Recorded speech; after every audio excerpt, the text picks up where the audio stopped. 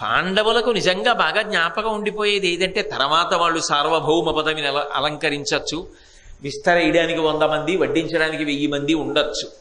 కానీ వాళ్ళు కష్టాల్లో ఉన్నప్పుడు, ఓ పాక కింద ఉన్నప్పుడు అమ్మ పెట్టిన అన్నం వాళ్ళు భిక్షాటన చేసి తెచ్చుకున్న అన్నం తినడంలో వాళ్ళ మధ్య అంకురించిన ప్రేమ, కష్టసుఖాల్ని పంచుకు పెరిగినటువంటి వాళ్ళ మధ్య ఉన్న అనుబంధం ఆ తరువాత ఎంత మధురమైనటువంటి విషయంగా మిగిలిపోతుంది. అది అనుభవించగలిగినటువంటి హృదయం ఉండాలి. వాళ్ళు ఆ కోణంలో అనుభవించారు. ఇది బాగానే ఉంది, చక్కగా 5గురం కూర్చుంటున్నాం, అమ్మ పెడుతోంది, ఏ తల్లి వేసిందో భిక్షాపాత్రలో తింటున్నాం.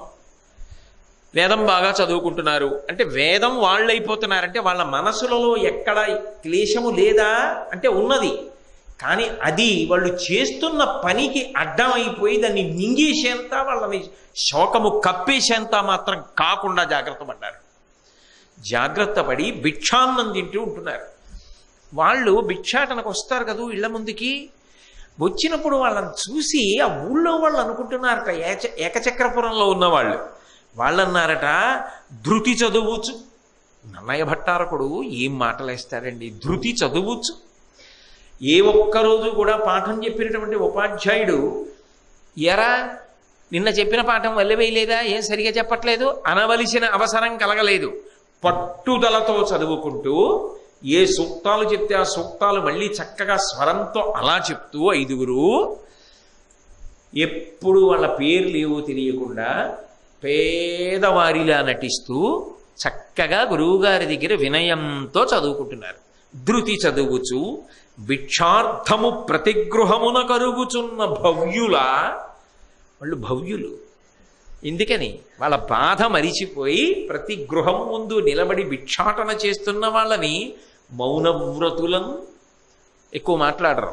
ఎందుకని మాట్లాడడం మొదలెట్టారనుకోండి ఎక్కడో నోరు దారుతుంది, అక్కర్లేని విషయాలు వస్తాయి. మాట్లాడాలే కానీ అక్కర్లేని ప్రశ్నలు వేసేవాళ్ళు చాలామంది ఉంటారు. ఆ మాటల్లో ఎక్కడో అక్కడ ఏది దాద్దాం అనుకున్నారో దానికి సంబంధించింది ఏదో ఒకటి నోరు జారచ్చు. అందుకని మౌనవ్రతులను అంటే అస్సలు అనవసరపు మాటే మాట్లాడరు. దేనికైనా చిరునవ్వే, ఓ చిరునవ్వుతో తప్పుకుంటారు. ఎంత తక్కువ మాట్లాడచ్చో అంత తక్కువ, వాళ్ళు ఎక్కువ మాట్లాడరండి పిల్లలు. అందులో విచిత్రం ఏమిటంటే బాగా పెద్దవాడు అయిపోయిన తర్వాత సమస్య వచ్చినా మాట్లాడకపోతే బరువు అయిపోతాడు. ఇది ఎక్కడ కూడా అండి బాబు, ఎంత సమస్య చెప్పినా అసలు ఆయన ఏమీ మాట్లాడేమిటి అంటే బరువు అయిపోతాడు. చిన్నపిల్లవాడిగా ఉండగా ఎక్కువ మాట్లాడితే బరువు అయిపోతాడు. ఇంకా నువ్వు నోరు ముయ్యవా అసలు, ఏమిటి అలా నిద్ర లేచిన దగ్గర నుంచి అలా ఏదో మాట్లాడుతూనే ఉంటాయి ఏమిటి, కాసేపు మాట్లాడకుండా కూర్చుని చక్కగా చదువుకో, నిశ్శబ్దంగా ఉండు అంటారు. అందుకే మీకు తరగతి గదుల్లో ప్రాథమిక పాఠశాలల్లోనే ఎక్కువ వినపడేది ఏమిటంటే ఓ డస్టర్ ఒకటి తీసి నిశ్శబ్దంగా ఉండండి అంటుంటారు.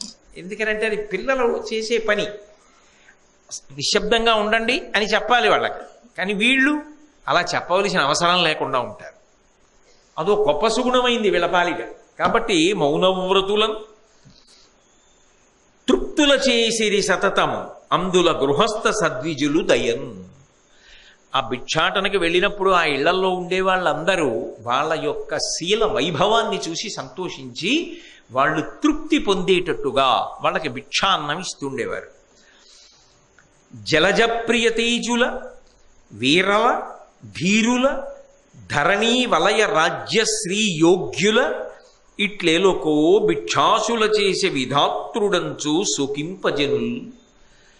విచిత్రం ఏమిటంటే వాళ్ళు నివురు కప్పిన నిప్పుల్లా సంతోషంగానే ఉన్నారు. వాళ్ళు ఏమి ఏడుస్తూ లేరు. కానీ వాళ్ళని చూసిన వాళ్ళు శోకించారు.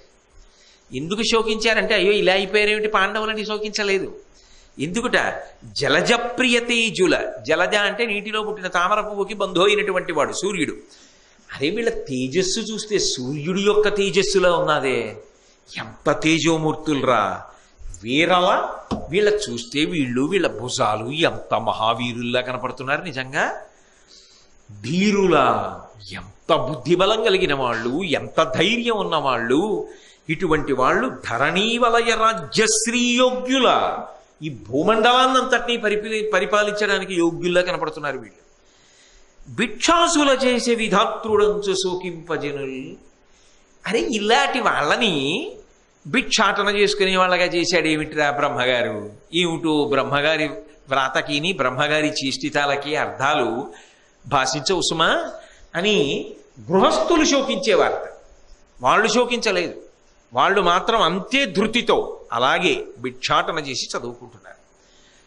ఇవన్నీ ఎందుకు అంటే అలా ఉండగలిగినప్పుడు, ఆ ఓర్పు పట్టగలిగినప్పుడు అదే నీకు ఆనుకూల్యమైనటువంటి స్థితిని ఏర్పాటు చేస్తుంది.